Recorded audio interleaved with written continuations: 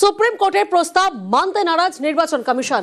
Voter তালিকায় নাম তোলার ক্ষেত্রে গ্রহণ করা হবে না আধার কার্ড, ভোটার এবং রেশন কার্ড।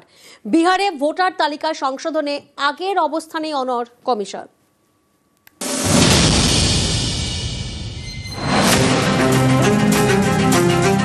এবছর শেষে বিহারে বিধানসভা নির্বাচন। তার আগে বিহারে ভোটার তালিকায় স্পেশাল ইন্টেন্সিভ রিভিশন শুরু করেছে নির্বাচন কমিশন। সুপ্রিম কোর্ট প্রস্তাব দিয়েছিল ভোটার তালিকায় নাম তুলতে আধার কার্ড, রেশন কার্ড এবং ভোটার আইডি গ্রহণ করুক কমিশন। কিন্তু শীর্ষ আদালতের এই প্রস্তাব মানতে নারাজ নির্বাচন কমিশন। তাদের বক্তব্য, আধার, রেশন হোক কিংবা ভোটার, কোনো একটি কার্ডের ওপর ভিত্তি করে ভোটার তালিকায় নাম তুলে দেওয়া সম্ভব নয়।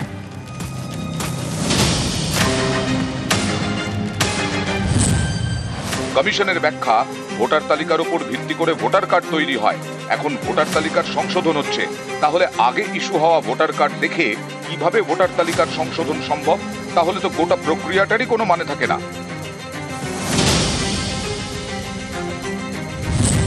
আধার কার্ড নিয়ে কমিশনের বক্তব্য, এটা শুধুমাত্র পরিচয়পত্র, নাগরিকত্বের প্রমাণ নয়। তাই আধার কার্ডের ভিত্তিতে ভোটার তালিকায় নাম তোলা সম্ভব নয়। অন্য নথির সাপ্লিমেন্ট হিসেবে আধার কার্ড দেওয়া যেতে পারে।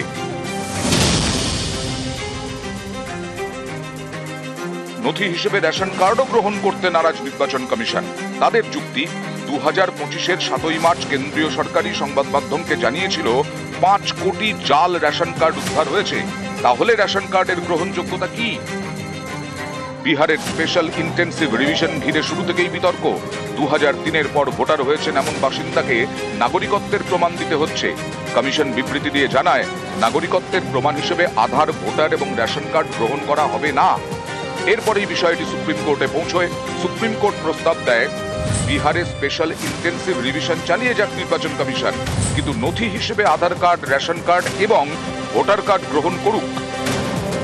শীর্ষ আদালতের এই প্রস্তাব মানতে নারাজ নির্বাচন কমিশন। মঙ্গলবার তারা সেটা জানিয়ে দিল শীর্ষ আদালতে। নিউজ 18 বাংলা। আধার, ভোটার, রেশন কার্ডকে বৈধ নথি হিসেবে মানতে নারাজ নির্বাচন কমিশন। কি বলছে আমজনতা? ভোটার আইডেন্টি কার্ডটাকে ধরে এটাকে 60 দশকের লোক তো আর বার্থ সার্টিফিকেট দেখাতে পারবে না, 50 দশকের লোক তো আর ভোটার বার্থ সার্টিফিকেট দিতে পারবে না। হ্যাঁ, তাই এটাকে পশ্চিমবঙ্গকে কি বাছিয়ে নিয়েছে নাকি? সবার জন্য যদি হয়, হ্যাঁ, ভারতবর্ষে তাহলে কত লোককে বের হয়ে যেতে হবে? এটা তো ঘুরিয়ে এনআরসি করার ধান্দা কেন্দ্র সরকার।